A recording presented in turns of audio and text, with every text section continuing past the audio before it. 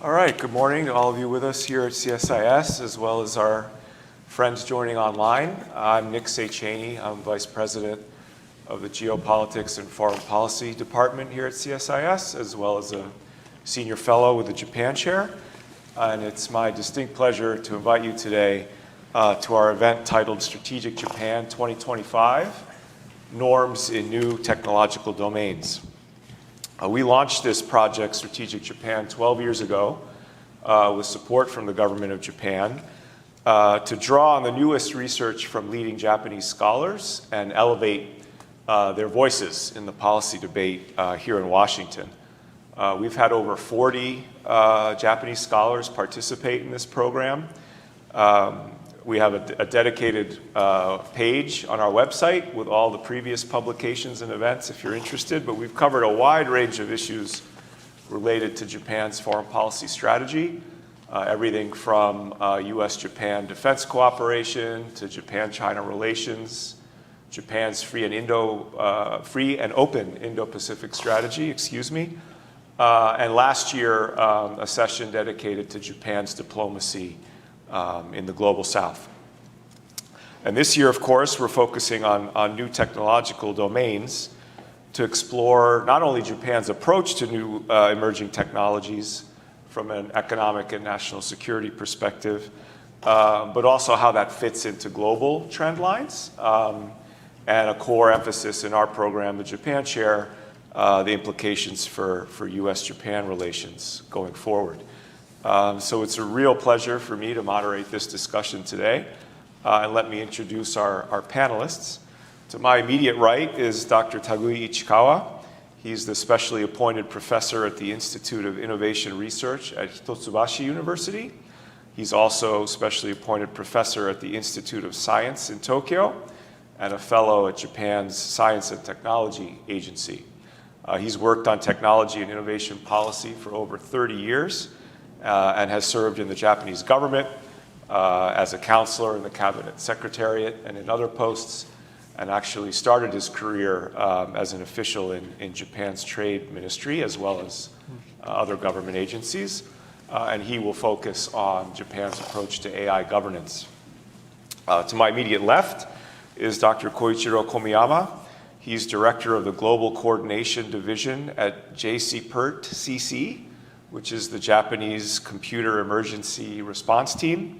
He's also a senior researcher at the Keio Research Institute.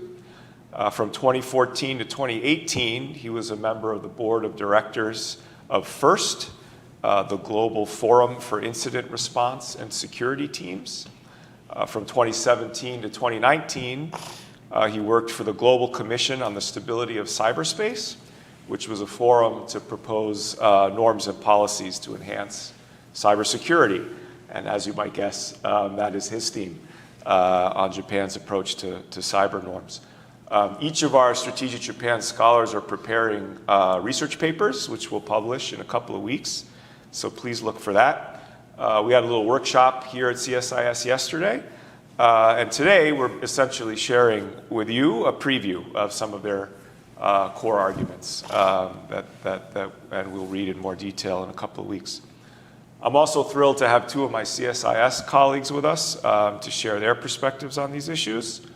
So on my far left, next to Professor Komiyama, is Matt Pearl. He joined CSIS in January of this year as director of the Strategic Technologies Program after 14 years of federal government service. Most recently, he was director of emerging technologies and special advisor to the Deputy National Security Advisor at the National Security Council. And on my far right is Bharath Haritas, who's the senior fellow in the economics program and the Scholl Chair in International Business here at CSIS. He began his career in the Singapore Foreign Service and led the development of AI and cybersecurity standards in Singapore, and is also engaged with a range of international organizations, including the OECD, the G20, and the WTO. So I couldn't ask for two better colleagues to comment on our presentations today.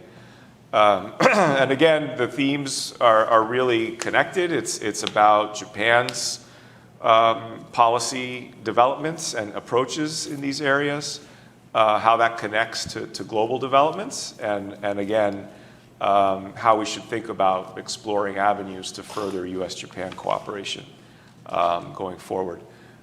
So we'll have a series of presentations and comments, have a little dialogue, and then, time permitting, we'll open it up to the audience for questions. So without further ado, Dr. Ichikawa, the floor is yours, and I believe you have some slides to share with us. Work. No. You can also see them. This one. Okay, thank you very much for your introduction. So then I will explain about the Japan's strategy on the AI governance. As for my introduction, so he has already introduced myself, so I don't have to explain detail in here. But so today's content is as follows. First, I briefly explain about the history of the Japanese AI policy and its governance policy. And then I will explain the approach of the Japanese AI governance. First, I will speak about the how social recognition of the AI risks may be different by the culture, and the AI has Japan has a specific recognition on the AI risks. Then I will speak about two approaches of the Japanese AI governance policies. One of them is so-called soft law approach. The other is emphasis on the interoperability between the internationally.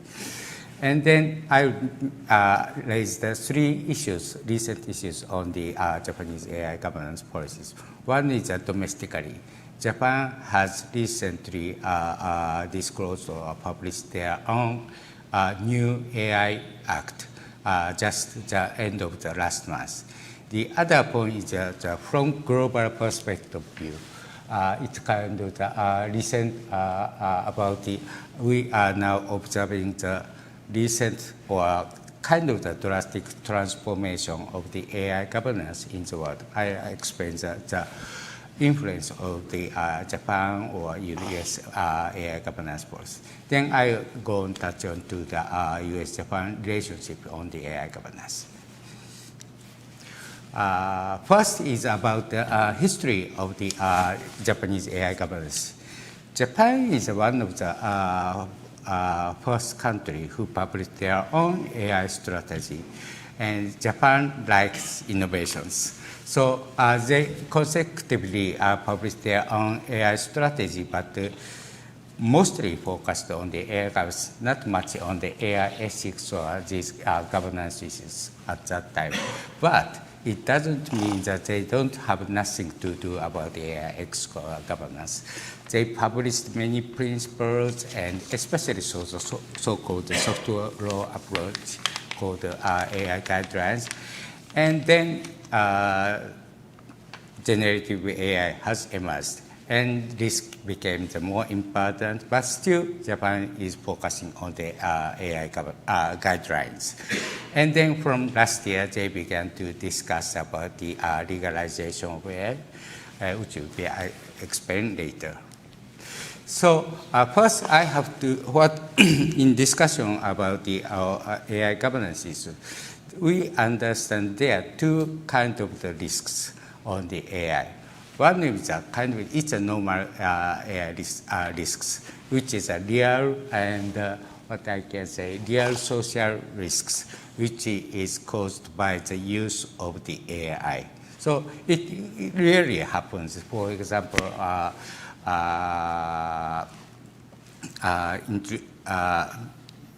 matter of the, for example, human rights, or and especially for the generative AI in Japan, copyright issues is a very much hot topics in there.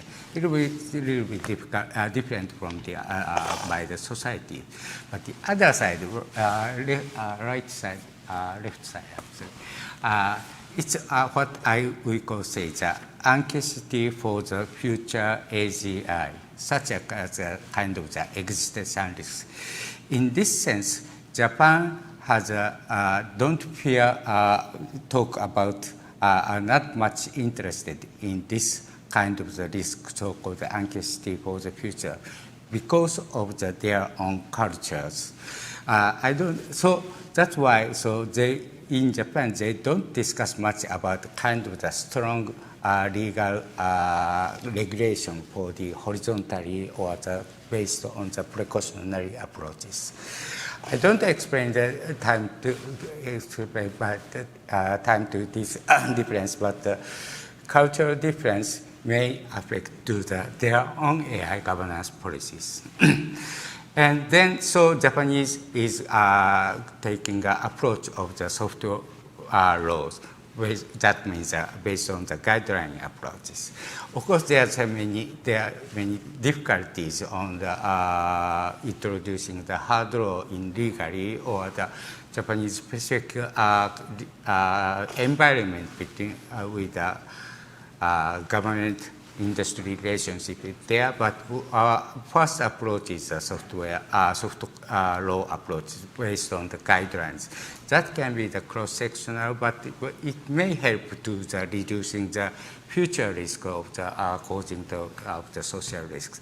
And then, of course, there's many social problems will occur by the use of the AI. So then we'll regulate or review the regulation. This in specifically. That's one of the topics. The other interesting approach of the Japanese government is emphasis on the interoperability. We understand that we are not AI superpowers, and also we don't have a kind of have a power of the so-called Brussels effect over the EU. So that's why we kind of have the neutral position, but between the EU and the U.S. But we need a kind of interoperability for the AI governance is important in the international world. So we are emphasizing the trying to ensure the interoperability between the AI governance in the of the each countries, especially in the including the United States or the EU. So that's one of the example is OECD. Japanese government heavily involved the OECD AI principles, and as you know, Hiroshima AI process was led by the Japanese government. So we think that this kind of, we call it's kind of international contribution for the is a very much important issues for the Japanese government. And then I took one of the issues domestically. So Japanese AI Act was disclosed by the government just end of the last month, and it will be discussed in the diet in these few months, and probably it will pass the diet, I think so. But firstly, it was discussed years ago, discussed by the possibility to include the regulations even in Japan, but not for the reducing the risks, but for the kind of the interoperability between the EU and the United States is a kind of the reason of the discussion. But it turned out to be kind of the basic law without no regulations.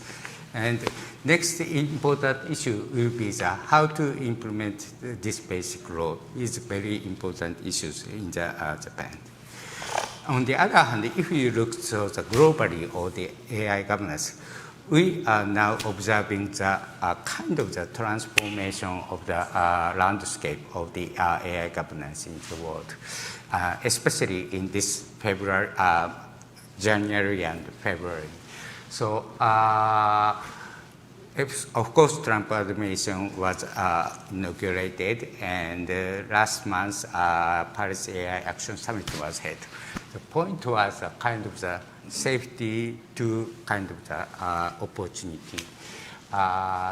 Promotion of the investment is important, or delegation is important. And what we are worrying about is a kind of the confrontation between the EU and the US, or including the UK and France of these kind of things. And the other point is we are now observing the involvement of the global south. China is a big power, but they are now trying to involve the global south. And now, next thing, India will be emerged as the next AI giant. So, what will be important? Position within Japan, within G7 is changing, and also the relation with, for example, India and China will be more important than never. So I will speak this one. But so next, so in this reality, so U.S. and Japan relationship is also now. Trump administration was inaugurated, but I think so far Japan-U.S. relationship is stable, but it's still unclear to what is important is in this transformational age of the AI governance, what we have to do is share the common understanding between the two countries, and especially including the relationship with India, China, or EU is a very important issues, what I understand. So that's a kind of recommendations. Domestically is important, but Japan's role will be changing, and sharing the common understanding is very important. Thank you very much. Thank you, Professor Ichikawa. Really great overview of Japan's sort of so-called culture related to AI, government policy, how this connects to global trend lines, and then your relatively optimistic assessment of the prospects for U.S. Japan cooperation, although of course it's still early days in the second Trump administration. Bharath, I'd welcome any comments you might have on any of those topics that Dr. Ichikawa addressed. Well, firstly, thank you, Nick, for having me. Thank you for the very insightful comments. I can't speak on Japan as well as Dr. Ichikawa, so I'll focus on three things. I'll provide a brief snapshot of current AI governance efforts globally. Specifically, I'll look at the reduction in appetite for AI governance efforts. I'll try to sort of pinpoint why that's been happening. And then second, where does Japan situate in all this? How do we contextualize the recent Japanese AI Act? And then the third is, does this really ring the death knell for doing anything at all? Is there any scope for Japan and US to cooperate a little on AI governance efforts? So the first one, I remember just 2 years ago when the UK convened the first AI Safety Summit, there was widespread enthusiasm among a large group of countries that we can do more. And if you look back to just a month ago, well, firstly, the AI Safety Summit has been renamed the AI Action Summit. Apparently, it's too incendiary and controversial to call it a Safety Summit. VP Vance's remarks that there's been too much hand-waving by AI safety, and we need to speak a little bit more about innovation instead. And also with Doja's efforts, the AI Safety Institute in the US has been gutted somewhat. Most of the employees who had joined were sort of postdoc researchers or people who had been in some of the best AI model evaluation labs, and they were probationary employees. And so unfortunately, many of them were gutted. The UK AI Safety Institute changed its name again to the UK Security Institute. The lead for the recent AI Action Summit, which was France and India, I think they took a back step from AI safety as well. Why does that happen? I think there's sort of three main reasons. I think the first one is initially when countries like the US and UK tried to lead on AI governance efforts, there was this idea, there was this large lead time between China, that US, UK frontier models were roughly 5 to 7 years ahead of their adversaries. And DeepSeek rattled that board somewhat. And export controls have turned out to be slightly less effective than we thought. And so the lead time has sort of significantly sort of dwindled.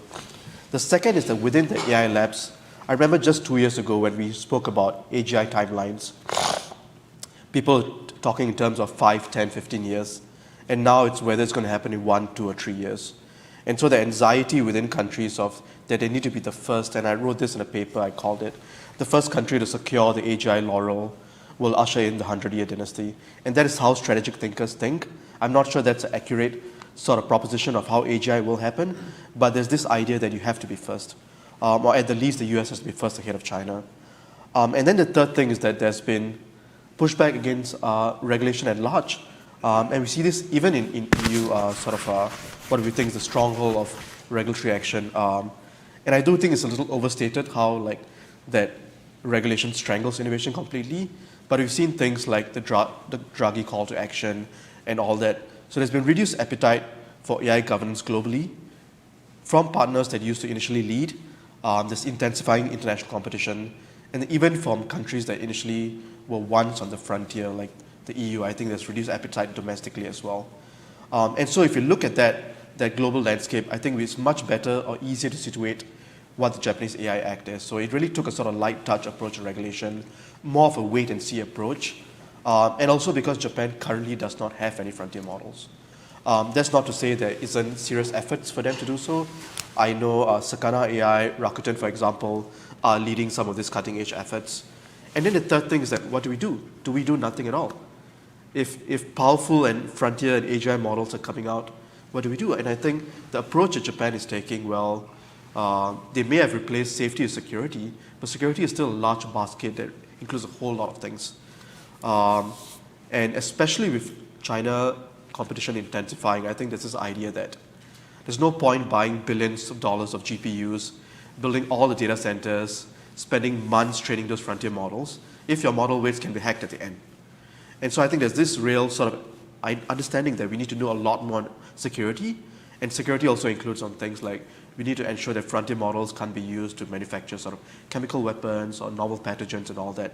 So I think there's still a large bedrock of what we considered AI safety that now has simply shifted name and called security. There's still scope to do a lot of that. But a lot of this also, like to ensure this business product can be used across a range of countries, they have to be interoperable. So I think with the Japanese AI Act, I think they do feature the word interoperability a lot. And I think there's a lot of scope to bring together business operability, AI safety or AI security. And Japan has been providing the platform for that for quite some time. The G7 Hiroshima efforts. And also I think for people do underestimate the global leadership that Japan has had on a lot of issues. When the Trans-Pacific Partnership fell apart, when the US withdrew, well, Japan came to the front. I was the chief of staff for Singapore's negotiating team, and I know Japan shepherded it through. And I think there's an opportunity for Japan, if not to lead on AI governance efforts, to at least continue providing a platform and provide the sort of institutional glue to keep things together. And I think I'll stop at that. Great, thank you very much. Really appreciated your summation of the transition from emphasis on AI safety to AI action. The reduced appetite globally for AI governance, perhaps, and sort of the ingenuity of Japan's emphasis on interoperability, and how that might position Japan to keep talking about safety and security in addition to competition and economic benefits of AI. Thank you, really appreciate that context. Let's transition to cyber.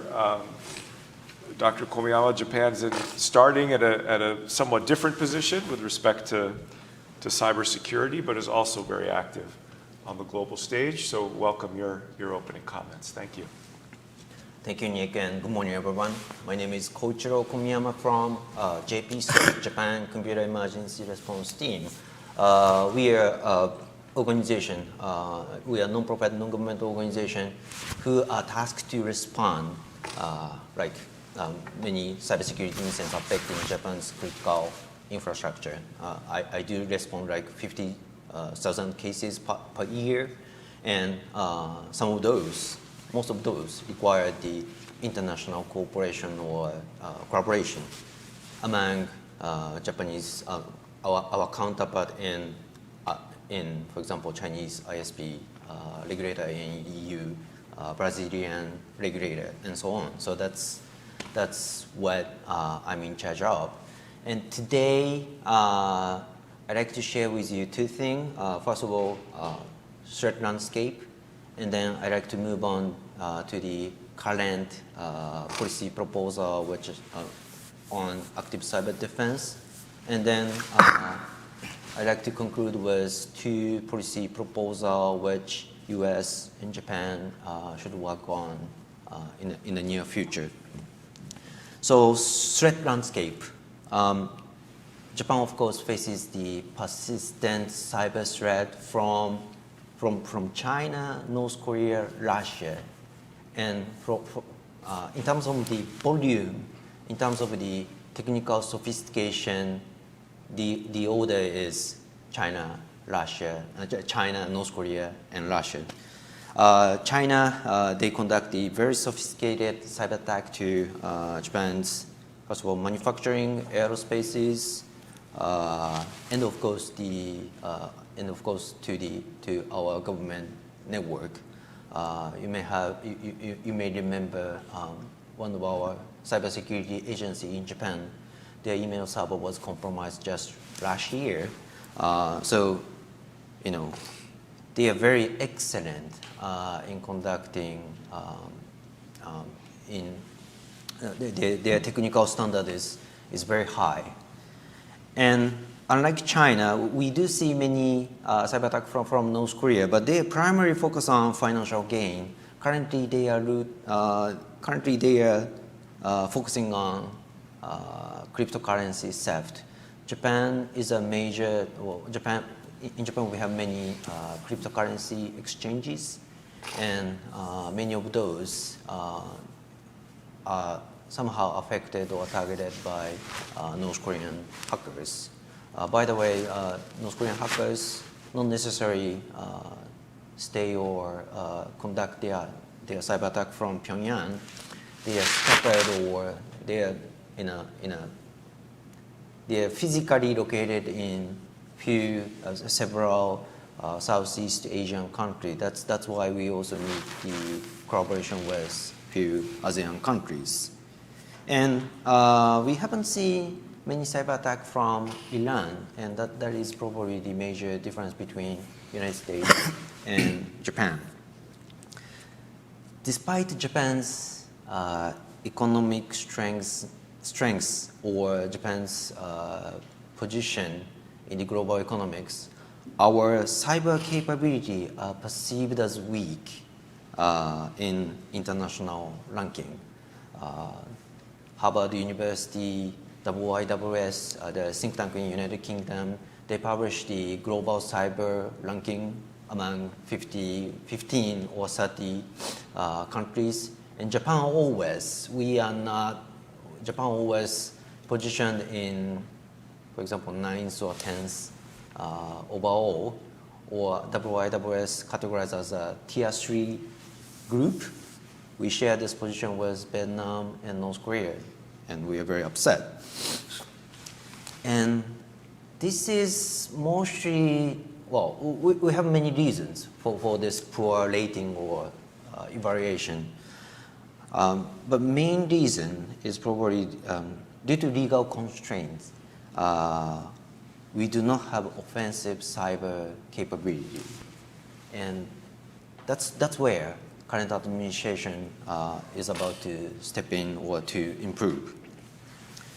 So move on to the active cyber defense bill. We are at the pivotal point with the proposed bill deliberated to House of Representatives plenary session beginning from this week. I'm not sure if when we could finish this discussion at the House, but here are 4 key aspects which I'd like to share with you about this bill, this proposal. First, core infrastructure providers will have mandatory incident reporting requirement. So it is similar to CSIS here in the United States. So here critical infrastructure provider must report up for cybersecurity cases to CISA, Cyber Infrastructure Security Agency. We will have very similar mechanism in Japan. The scope is not clear. I'm very sure, for example, electricity company, transportation, they will be part of this core infrastructure providers. However, we have many other companies who have very critical in our cyberspace. For example, semiconductor company, semiconductor manufacturers, still unsure if they will be part of this core infrastructure providers. So detail will be discussed.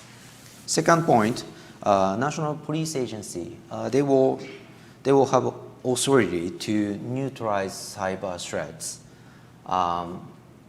We do see, so they will probably start, for example, we do see cyber attack from infrastructure sitting in Japan, sometimes sitting in our neighboring country.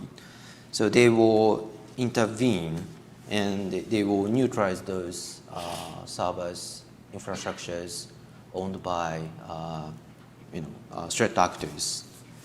The third thing, new headquarters will be launched, and they will replace current cybersecurity agency NISC to enhance cybersecurity coordination inside the Japanese government. The last thing,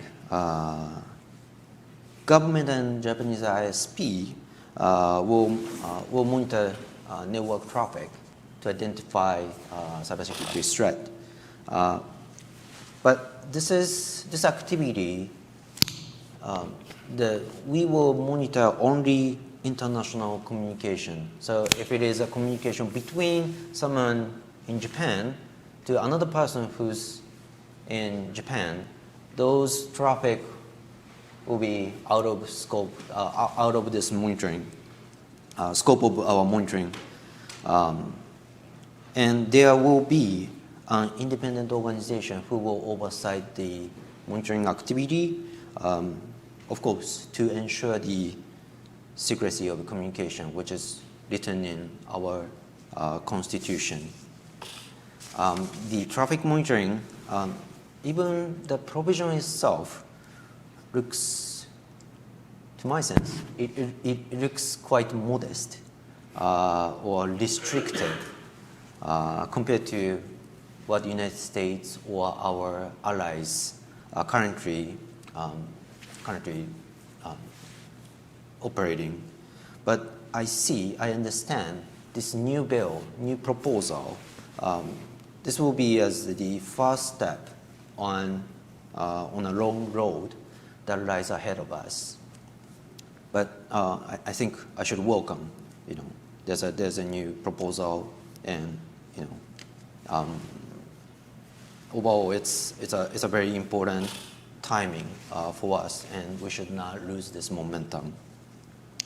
Next, I'd like to talk a little bit about the issues that Japan and the United States should work together. First, I think given the time constraints, I'd like to talk about two points. First, we should work on protecting the public core of the internet. Recent sabotage of subsea cable in Baltic Sea, near Taiwan. Japan, of course, is an island nation. 99% of our international traffic relies on subsea cable. And subsea cable is not the only one. Subsea cable, data center, internet exchanges, GPS system, they are the foundation of modern cyberspace, or I could say foundation of modern society.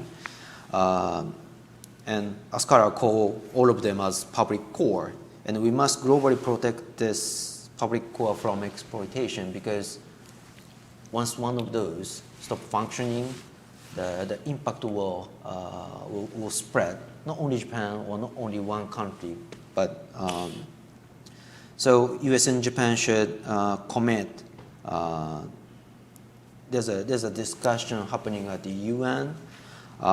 So two countries should commit the UN discussion for peacetime norm to prohibit cyber attack to public core of the internet.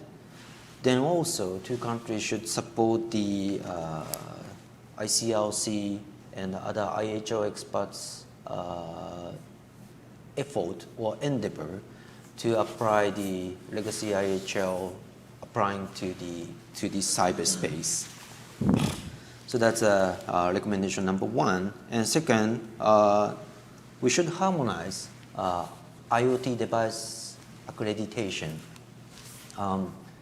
IoT devices is it's often exploited in cyber attack campaign, and we need additional security measure for them because they are connected to internet 24/7. Japan spent a lot to protect servers operated by, for example, the Ministry of Defense or National Police Agency or Ministry of Finance. But when it comes to, when it comes to IoT devices running on the running at the my home or running at the university, the security measures are very poor. And those IoT devices used as a stepstone, entry point to conduct further operation. And EU leads this initiative. EU Cyber Resilience Act set the global regional standard and require IoT devices accreditation. Similar movement is, we can say similar movement in United Kingdom, US for Cyber Trust Mark, and Japan. Beginning from this March, we will start the JPCERT project. So one of Japanese agency initiate the IoT accreditation program. It is all important, but there's no, we have separate accreditation system in United States, Japan, EU, and a few others. And I think we need for global regulatory coordination or harmonization among like-minded nations, so as to, so as to make this accreditation to a global standard. So that's the two proposal, and I'd like to conclude with U.S. and Japan. We are recognized as a technological leaders in this space. I'm not sure if Japan still remain in this important role in the future, but we will try. And we have a shared interest in a trustworthy and secure internet. So cyber threats must be countered with strong policy and international collaboration. And strengthening the U.S. Japan alliance in cybersecurity is very critical to Japan's national security and also U.S. national security. Thank you very much. Great, Komiyama-san, thank you. I picked up on a number of themes. Your succinct assessment of the threat landscape, Japan's transition to active cyber defense, your emphasis on protecting the core of the internet, subsea cable challenge, but also harmonization of rules and norms. Really appreciate that. Matt, over to you. Yeah, so thank you, first of all, for the excellent presentations. I think to start at a high level, I just think that to reflect on the U.S. Japan alliance, there's a lot of discussion about NATO being one of the most successful alliances in history, and I would put the U.S. Japan alliance up there. NATO protected Europe, U.S. Japan Pacific, and there are a lot of questions and some say uncertainty about the future, and I'm actually hopeful that we're going to come out stronger in terms of the alliance, and part of that is on defense and what Japan's doing to increase its defense spending, but part of that is leadership, because this administration is looking for leadership from regional powers, leadership in cyberspace, and so on. And so I think this is exactly the kind of, in terms of the government proposals and the kind of work that really demonstrates that. So would really thank you. So I think to start by just sort of drawing a connection between the two presentations, or a couple connections. One is when we talk about the public core of the internet or digital infrastructure, I think that that's a critical part of the AI stack that gets lost, right? Because we're in a time where you probably don't need the scale that we thought you needed to develop a good AI model. And so we're going to see this shift toward applications.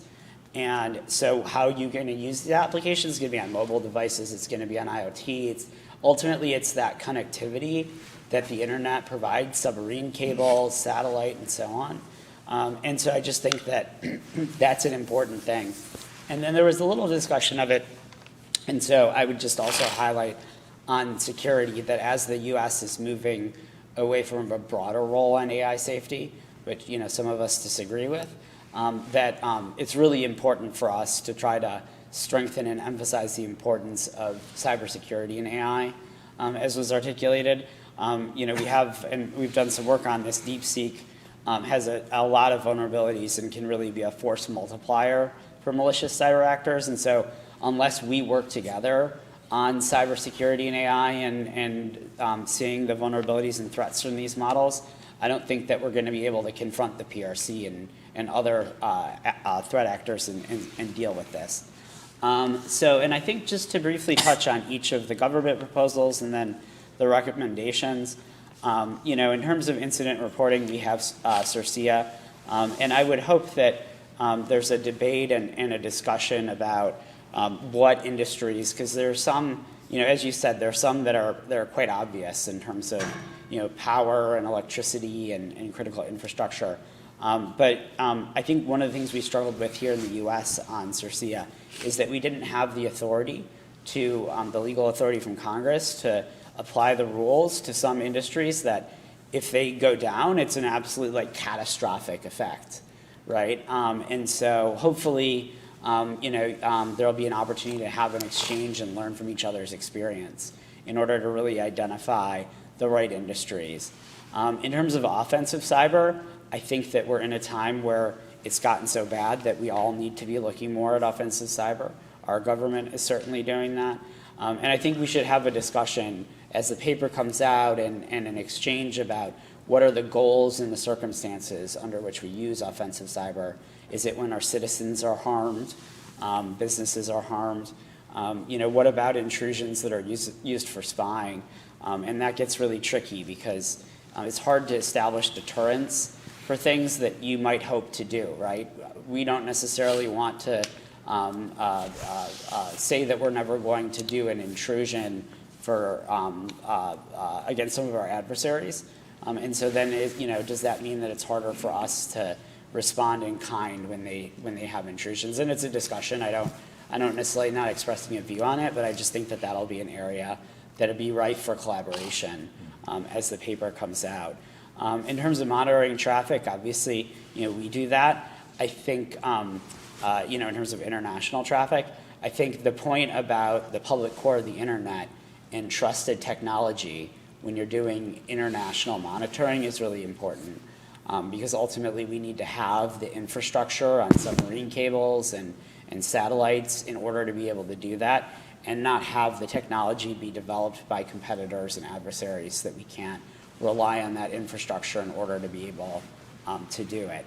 And then on the reformation of the Cybersecurity Agency, we've had some discussions about this offline, but really glad to see how it's going to be integrated in terms of police forces doing some of the offensive cyber that affect private citizens, but also integrating that with the Ministry of Defense, and then making sure that all the different parts are talking to each other, and that ultimately there's an integrated strategy. And then in terms of your recommendations, really glad to see the emphasis on protecting the public core of the internet. That is, like I said, digital infrastructure. That's really what all of these exciting technologies, data, AI applications, quantum, that's what they ride on. And in terms of some of the threats and vulnerabilities, if you look at submarine cables, and we've discussed this, but just the really importance of doing the equivalent in the civilian space on this that we do in the military space of joint exercises, right? So just working with industry on cable cuts in order to ensure that we learn from different experiences that we have and that we're all able to respond very quickly when those sorts of things happen. And then would also mention, loved the discussion of the UN, and would also mention just the importance of, there's the physical infrastructure of the internet, and then there's like the standards and protocols and everything that goes into it, a lot of which is maintained by nonprofit organizations. And so just having a joint focus on that and making sure there are the resources in order to secure things both physically as well as in terms of standards and protocols, because those are equally important. And then really glad to see the discussion of IoT device accreditation. I was one of the folks at the White House who led the cyber trust mark before it went to the FCC.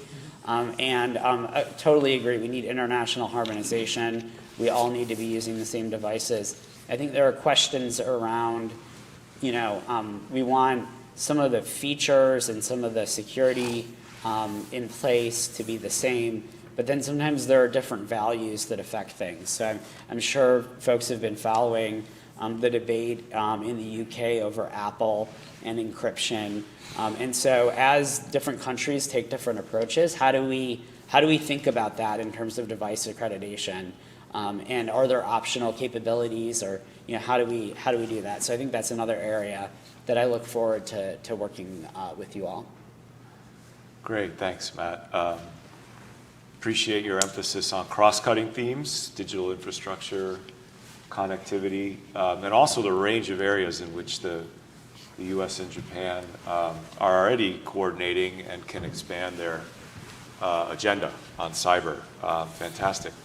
Time is short. I would like to spend another hour following up with our guests on various dimensions of these issues, but let me just ask one follow-up for each of you, and then we'll open it up to the audience for any questions or comments.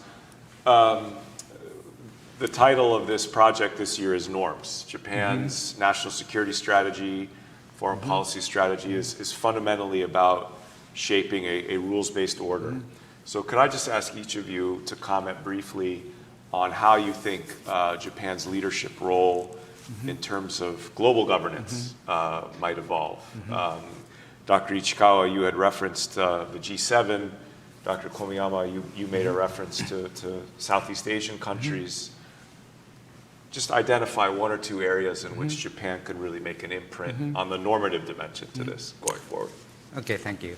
So as I explained in the slide, so now I understand this AI governance in a global perspective is changing rapidly. But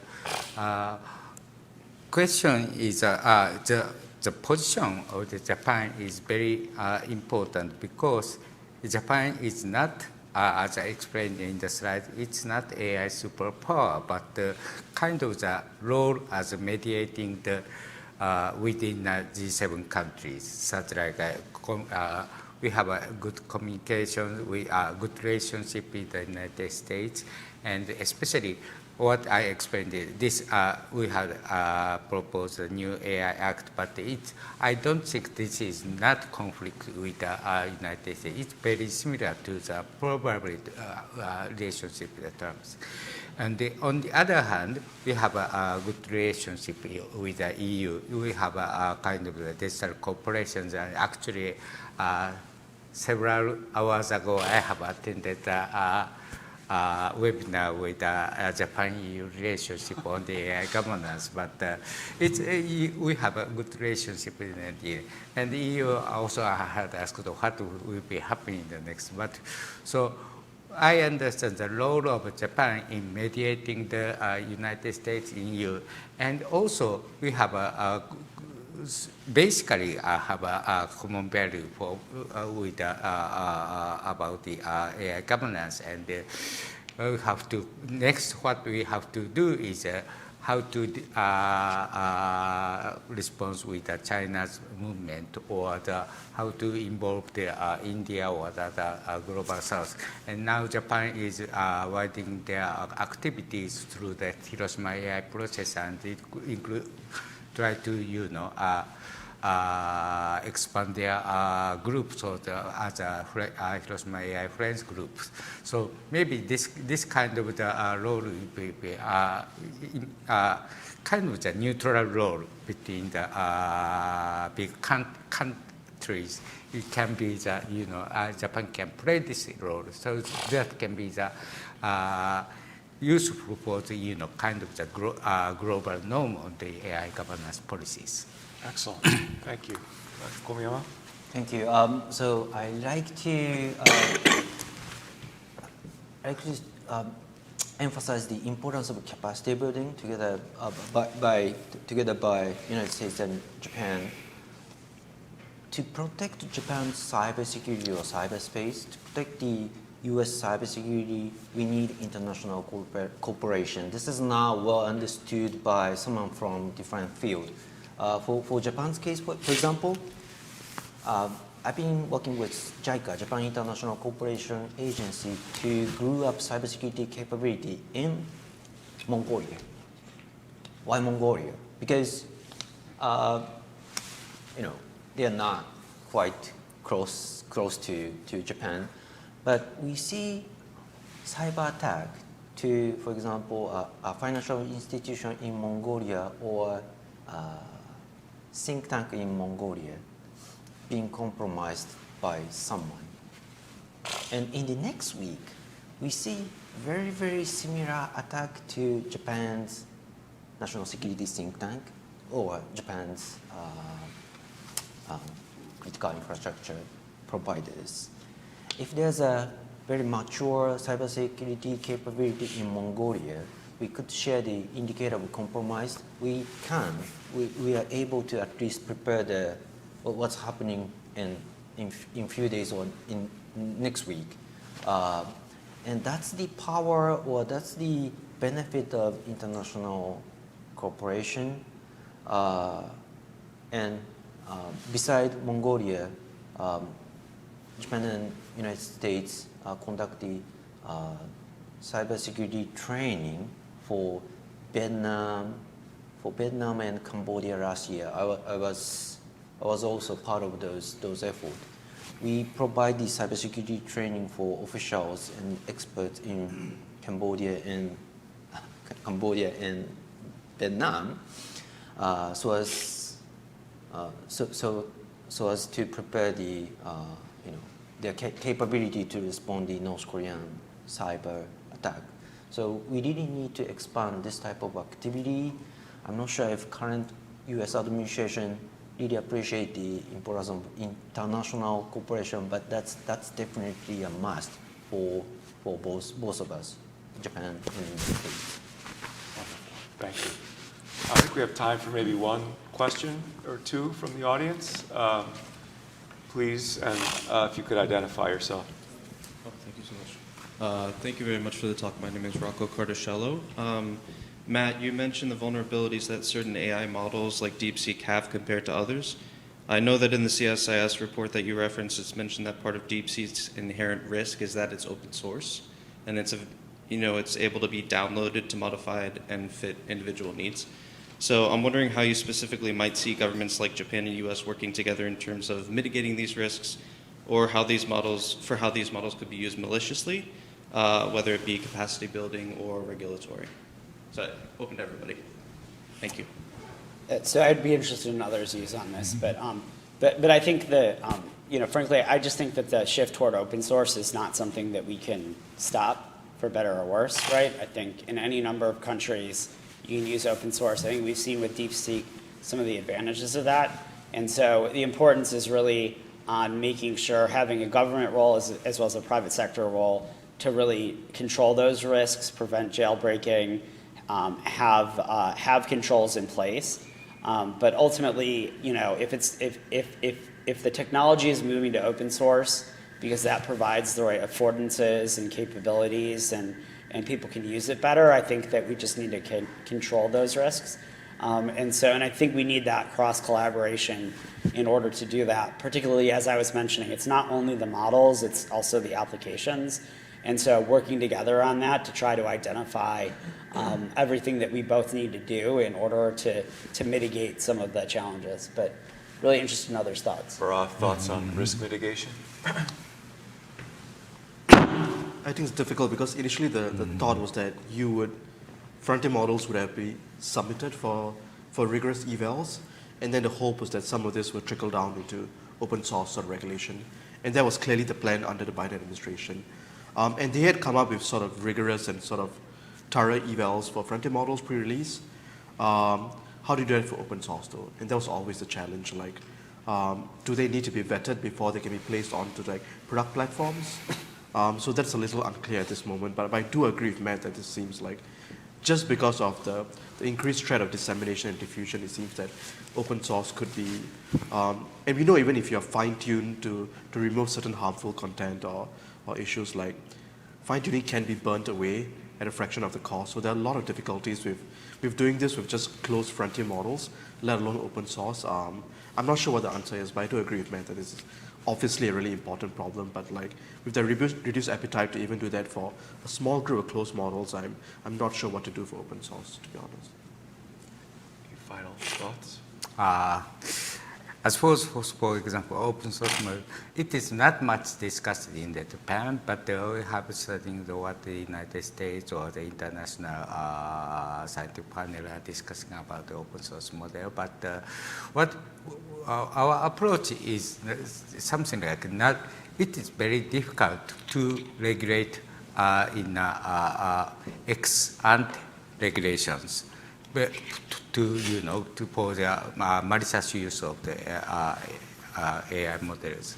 So what we have to do is kind of how to policing or find the malicious use of the AI, and then what you have to do is a kind of the ex post regulation for how, for example, kind of including the penalty of these kind of things can be the one of the most things. So what our AI Act that has proposed recently is more focused on the kind of the investigations or research and how we have to respond to the what we have to have found in the use of the AI. That's kind of the framework of the Japanese government and proposing. Okay. Well, thank you very much. This has been a really rich discussion. Please look forward to the papers by our distinguished scholars from Japan. We look forward to continuing this bilateral dialogue in the weeks and months ahead. Thank you all very much for joining us. Please thank our panelists.